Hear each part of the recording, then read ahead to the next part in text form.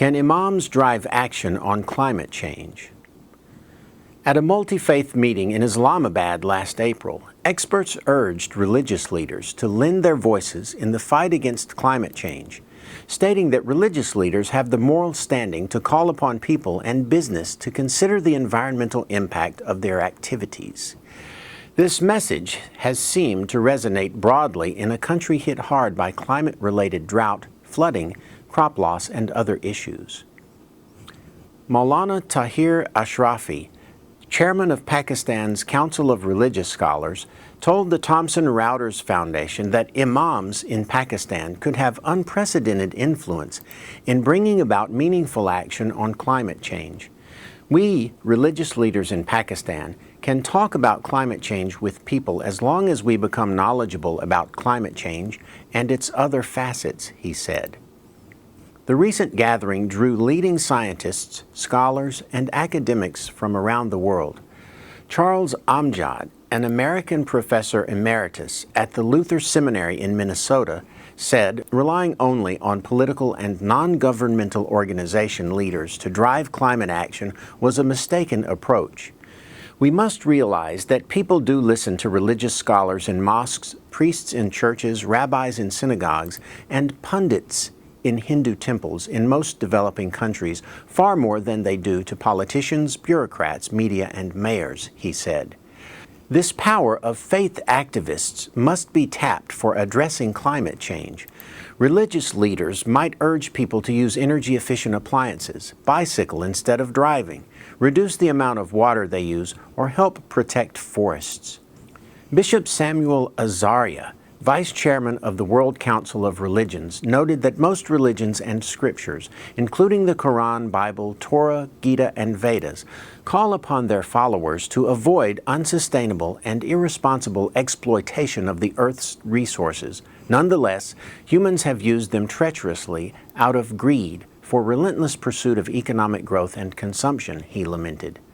Ashrafi said one key to getting religious leaders to speak out on climate change is ensuring they get help to understand the issues in the simplest possible language. Letting leaders of different faiths learn what other religious leaders are doing on climate change would also be useful, he said. To date, imams in Pakistan have rarely been called on to speak about climate change, something that reflects ignorance about the unprecedented influence of the religious leaders. Air France to allow crew to opt out of Tehran flights because of mandatory hair covering. After an 8-year hiatus due to sanctions, Air France will begin flying into Tehran on April 17. However, employees and unions have raised some objections. Under Iranian law, women must cover their hair in public spaces, and that makes some of the Air France employees uncomfortable. The debate on wearing headscarves and other religious symbols in public is particularly heated in France. The debate on wearing headscarves and other religious symbols in public is particularly heated in France, which attaches special importance to the separation of state and religious institutions. Air France released a statement last month stating, "This obligation does not apply during the flight and international airlines serving the Republic of Iran." The airline also said it would allow female cabin crew and pilots to opt out of flying routes to Tehran after some staff said they did not want to be forced to cover their hair when in Iran. Lead us into temptation. A case which began in December of 2014 with the arrest of the pastor of Elm and Hudson Church of Christ in Altus, Texas, has resulted in a confession of guilt and the conviction of Tommy Lynn Bailey for the sexual assault and molestation of a foster child who had been entrusted to his custody. The victim, who was 14 years old when she was placed with Bailey in 2009, claims that the abuse began with inappropriate touching and kissing, but progressed to intercourse within a year. The molestation continued until 2012, all while Bailey continued to serve as his church's pastor. At the time of his initial arrest, spokespeople for the church had only kind things to say about Bailey. The interim minister at the time, Daniel Ingram, told the local ABC News affiliate KSWO, "Tom was a great minister. He was a minister that helped the congregation."